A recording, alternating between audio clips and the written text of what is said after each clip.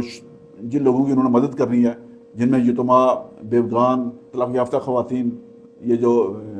خواجہ سرا ہیں وہ، اور وہ بزرگ شہری جن کی کفالت والا کوئی نہیں، اور وہ لوگ جو غربت کی غربت کے اس پر پورے ہوتے ہیں، جو جنہیں غریب کہا جاتا ہے، جو زکوٰۃ لیتے ہیں یا بیت المال سے جن کی مدد ہوتی ہے، یا جن کی بے نظیر انکم سپورٹ پروگرام سے جن کی مدد ہو رہی تھی. تو یہ جو پوسٹ بجٹ پریس کانفرنس تھی، اس میں وزیر خزانہ نے تو اپنی بات جو ہے نا سوال و جواب میں بہت تک کلیئر کر دی، لیکن ساتھ ساتھ جو ہے نا وزیر اطلاعات پیر سے مظہر سعید شاہ جو ہے نا وہ بھی پوسٹ بجٹ پریس کانفرنس میں اشادار بن گئے. اس کی وجہ سے انہیں سے جو ہے یہ بتائیے گا ہاشمی صاحب، یہ جو پوسٹ بجٹ پریس کانفرنس ہوتی ہے یہ تو خالصتاً وزیر خزانہ کا سبجیکٹ ہوتا ہے. اس دوران جو بیٹھے ہوئے تھے پاس اپنا وزیر اطلاعات تھا، وہ برگرفتاری بتا رہے تھے بہت زیادہ، اور ایک مرحلے پہ تو انہوں نے انٹرپٹ کیا صحافیوں کو، کہا جی گفتگو کے جو SOPs ہوتے ہیں اس کا خیال رکھیں. یہ کوئی ہمیں ہدایت نامہ جاری کر رہے تھے، اور ان کی ایفیشنسی کے بارے میں کچھ سمجھ نہیں آ رہی تھی. سہیل صاحب بات یہ ہے کہ جو وزیر اطلاعات ہیں پیر مظہر سعید شاہ صاحب جو ہے نا انہیں تازی نئی وزارت ملی ہے، اور انہیں پتہ کو نہیں ہے یہ اس وزارت کی اساسیت کیا ہے، اس کی اہمیت کا بھی انہیں اندازہ نہیں ہے. اب صحافیوں کو کس طرح ٹریٹ کرنا ہے، وزیر خزانہ کی پریس کانفرنس ہے، پوسٹ بجٹ پریس کانفرنس، انہوں نے سوال جواب کر رہے ہیں، جواب انہوں نے دینے ہیں بجٹ کے حوالے سے. اور وزیر اطلاعات چونکہ اپنی اس پوزیشن کا جو پہلا موقع تھا، وہ ان کو اتنی بڑی اپنی پریزنس کو شو کر رہے اپنے وجود دکھا رہے تھے، تو ان کو پتہ نہیں کہ اس کے صحافیوں کے ساتھ جو ہے نا اس طرح کی بے تکلفی جو ہے نا بعض اوقات گلے پڑ جاتی ہے. ان کی بھی یہ تیز رفتاری جو ہے مجھے خدشہ ہے کہ کہیں کوئی ان کے آنے والے دنوں میں کوئی حادثہ یا ثانیہ نہ ہو جائے، چونکہ وزیر اطلاعات کو انتہائی محتاط انداز میں گفتگو کرنا ہوتی ہے، انتہائی سوچ سمجھ کر ان کی زبان سے نکلا ہوا ہر لفظ جو ہے وہ حکومت کی ترجمانی اور حکومت کی پالیسی کی عکاسی کرتا ہے. لیکن پیر صاحب جو ہے نا وہ مسجد کے جس طرح وہ ممبر پر بیٹھ کر تقریر کرتے ہیں، جو آیا منہ میں وہ کہہ دیتے ہیں، جہاں پھنستے ہیں وہاں آیت پڑھ دی، کوئی حدیث کا حوالہ دے دیا. صحافیوں کے سامنے اس طرح کی گفتگو نہیں ہوتی، اور کم از کم جو ہے جب اس طرح کی پریس کانفرنس ہو رہی ہو تو اس میں انہیں ابھی کچھ آداب سیکھنے کی ضرورت ہے. اس سے پہلے کہ وہ صحافیوں کے لیے SOPs طے کریں، پہلے اپنی ذات کے لیے کوئی SOP طے کریں کہ انہوں نے آئندہ صحافیوں کے ساتھ کس طرح گفتگو کرنی ہے، کب بولنا ہے اور کب صحافیوں کو ڈانٹنا ہے اور کب سوال کا جواب دینا ہے، اور تیاری کر کے آنی ہے. صحافی جو ہے نا وہ جب آپ آئے ہیں صحافیوں کے سامنے تو آپ کو ہر چیز کا علم ہونا چاہیے. صرف یہ ابھی آپ نے بجٹ کی خود کتاب نہیں پڑھی ہے، خود کتاب پڑھتے تو ان کو پتہ ہوتا کہ اس کتاب کے اندر کیا ہے. تو انہوں نے بس نیلم ویلی کا حوالہ دے دیا. جو انہوں نے بجٹ تقریر بھی کیا اس میں بھی انہوں نے بہت ساری چیزیں ایسی کی ہیں جو ان کی شخصیت کے ساتھ مطابقت نہیں رکھتی. تو میں یہ سمجھتا ہوں کہ وزیر اطلاعات پیر صاحب جو ہیں وہ ان کا کام جو ہے نا وہ بنیادی طور پر وہ شعلہ بیاں مقرر ہیں، خطیب ہیں. ان کا کام جو ہے نا وہ نمازیں پڑھانا اور تقریریں کرنا ہے، اور حکومت نے ان کو ادھر پھنسا دیا ہے. تو اگر حکومت چاہتی ہے کہ وہ اس طرح خراب ہوں تو میرے خیال میں حکومت کی اپنی نیت درست کرنی چاہیے، اور ان کو کوئی اور ذمہ داری مذہب کے حوالے سے کوئی ذمہ داری دے، تاکہ یہ مسائل جو ہے نا آئندہ حکومت کو اس طرح کے مسائل کا سامنا نہ کرنا پڑے. رات کو جو پریس کانفرنس ہوئی ہے وہ ساری پریس کانفرنس جو ہے نا اس کو انہوں نے سبوتاژ کرنے کی کوشش کی ہے. تو آپ نے سمجھتے ہیں کہ وزیر خزانہ نے کمال حکمت عملی سے تمام امور کو کور بھی کیا ہے اور صحافیوں کو فیس بھی کیا ہے اور ان کے سوالوں کا جواب بڑے مدبر انداز میں دیا ہے؟ دیکھیں عبد الماجد خان جو ہیں وہ وزیر اطلاعات رہے ہیں، ایک یہ بات ہے. وہ میڈیا کے مزاج کو سمجھتے ہیں، میڈیا کے ساتھ ان کی ذاتی تعلقات بھی ہیں، سارے صحافیوں کو ذاتی طور پر جانتے ہیں، بائی نیم جانتے ہیں. ان کو پتہ ہے کہ کون بندہ کس ادارے کے ساتھ ہے اور کون بندہ ہے جو میڈیا کے تعلق رکھنے والا، اس کو کیا وزن ہے. بجٹ کے پوسٹ بجٹ پریس کانفرنس کے بعد جب کھانے کی میز پر جو ہے نا وہ سارے بیوروکریٹ اپنی الگ روایتی طور پر الگ انہوں نے اپنے لیے اہتمام کروایا. یہ سیاسی آدمی کا یہ کمال ہوتا ہے. عبد الماجد خان صاحب جو ہیں وہ صحافیوں کے ساتھ آ کر بیٹھ گئے اور ان کے ساتھ بیٹھ کر کھانا کھایا. اور یہ پیر صاحب بھی جو ہے نا وہ آ سکتے تھے وہاں، لیکن پیر صاحب بھی انہوں نے بیوروکریسی اگر وہ آئے ہیں ادھر کھانے میں آئے ہیں تو وہ پھر انہوں نے افسروں کے ساتھ بیٹھنا پسند کیا اور انہوں نے جو ہے نا وہ صحافیوں کے ساتھ بیٹھنا پسند نہیں کیا. تو یہ جو وزیر خزانہ کی جو پریس کانفرنس ہے میں سمجھتا ہوں کہ وزیر خزانہ کی حد تک تو انہوں نے بہت اچھے طریقے سے یہ معاملات ہینڈل کیا، لیکن پیر صاحب نے ان کی جو جتنی اچھی گفتگو تھی وزیر خزانہ کی، جس اچھے انداز استدلال کے ساتھ دلائل کے ساتھ انہوں نے اپنا موقف معافی ضمیر بیان کیا، اس کو پیر صاحب کی بعض حرکتوں نے، پیر صاحب کے بعض الفاظ جو ہیں انہوں نے، اور پیر صاحب کی تیز رفتاری نے اور غیر ذمہ داری اور غیر سنجیدگی نے جو ہے نا وہ سبوتاج کرنے کی کوشش کی ہے. بجٹ کے حوالے سے جو پریس کانفرنس تھی اس کے جو منفی پہلو ہیں وہ پیر صاحب ہی ہیں. چلیں آگے بڑھتے ہیں. یہ بتائیے گا اپنا ہاشمی صاحب کہ وزیر اعظم آزاد کشمیر نے ایوان کے اندر اپنی اختتامی تقریر میں ایک بار پھر بھرپور سیاسی صلاحیت کا مظاہرہ کرتے ہوئے ایک ممبران اسمبلی کا جواب دیا ہے اور بڑے مدلل انداز میں دیا ہے. اس سے اتفاق کرتے ہیں آپ؟ میں وزیر اعظم صاحب کی جو خطاب کی جو صلاحیت ہے صرف خطاب کی نہیں, جو ان کی ذہانت ہے اور جو ان کا زیرک پن ہے اور جو سیاسی حوالے سے جو ان کی منصوبہ بندی ہے, میں اس کا ہمیشہ سے قائل رہا ہوں, صرف آج نہیں. اور جو اپنے مخالفین کو وہ جس انداز میں مخاطب کرتے ہیں اور جس حوالے سے ان کا کلاس لیتے ہیں اور جو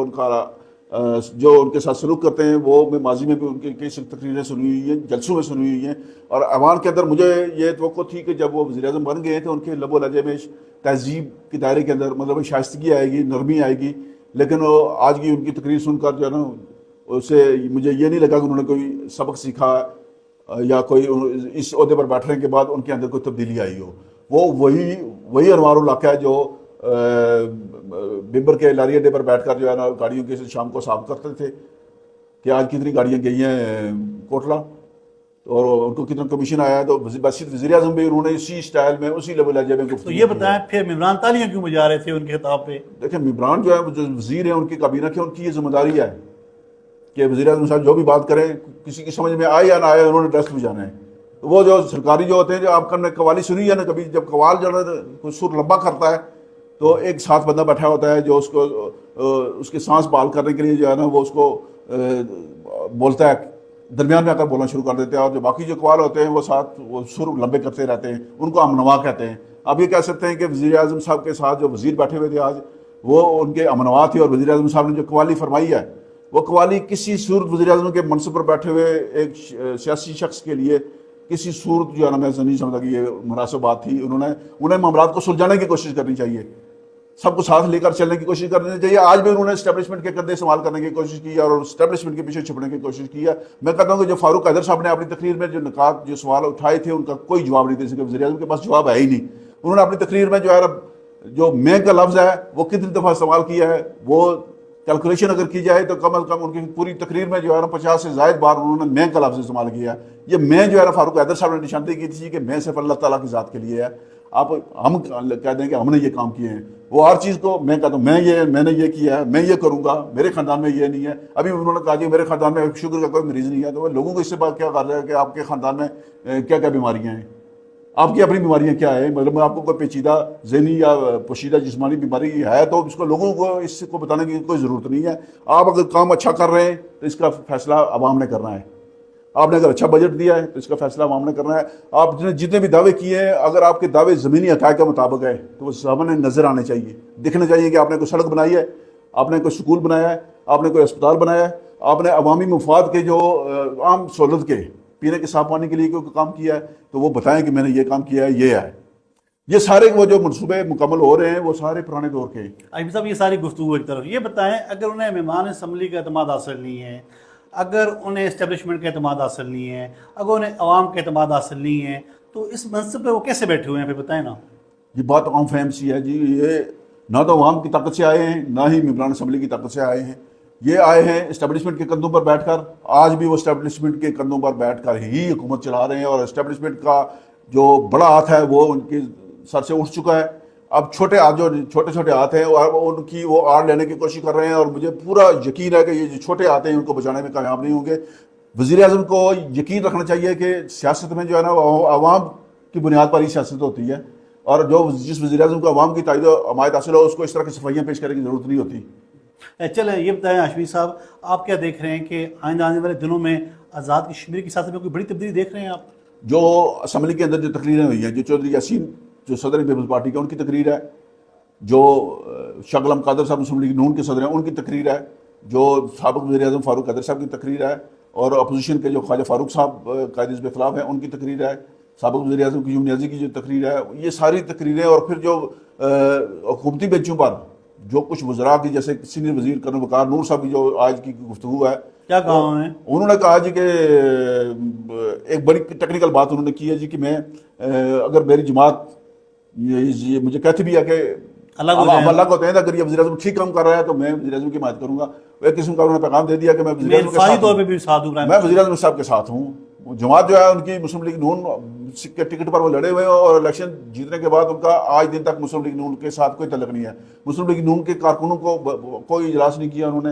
مسلم لیگ نون کے کارکنوں کے حوالے سے پورے آزاد کشمیر سے ان کو بتایا نا, وہ وزیر صرف اپنے حلقے کے نہیں ہیں, پورے آزاد کشمیر کے وزیر ہیں, سینئر وزیر ہیں. تو وہ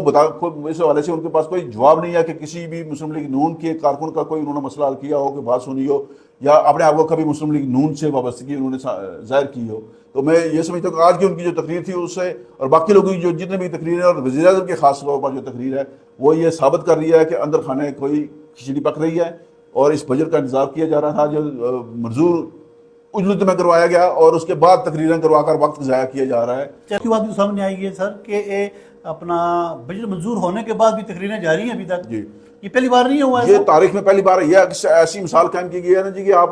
جب دیکھیں موقع ہوتا ہے اسمبلی کے اندر بولنے کا کہ ہر بندہ جو ہے بجٹ منظوری سے پہلے اپنی تجاویز دیتا ہے. بجٹ منظور ہونے کے بعد آپ کیا تجویزیں مطالبے کر رہے ہیں, وہاں وزیر مطالبے کر رہے ہیں. میں نے پہلی دفعہ دیکھا ہے کہ وزیر جو ہے وہ وزیر اعظم سے مطالبے کر رہے ہیں. تو ایک دفعہ ایک طرف کہہ رہے ہیں کہ ہم نے مشاورت کی ہے یا ان کا فلاں پارٹی سے تعلق ہے, اگر مشاورت کی ہے تو پھر وزیر کیوں مطالبے کر رہے ہیں کہ یہ بھی شامل کریں یہ بھی شامل کریں, اور سب کو پتہ ہے کہ بجٹ منظور ہو چکا ہے. یہ جو ممبران اسمبلی بیٹھے ہوئے ہیں وہاں کے اندر, یہ ان کی اہلیت صلاحیت اور سنجیدگی ثابت کرتی ہے کہ ان کو خود پتہ نہیں ہے کہ کیا ہو رہا ہے. ٹھیک, بہت شکریہ جوید اقبال ہاشمی صاحب. ناظرین, آپ نے ہمارا پروگرام ملاحظہ کیا. آج ہم نے ایک بار پھر اہم موضوعات کو زیر بحث لایا. اگلے پروگرام میں نئے موضوعات کے ساتھ حاضر ہوں گے. اللہ حافظ.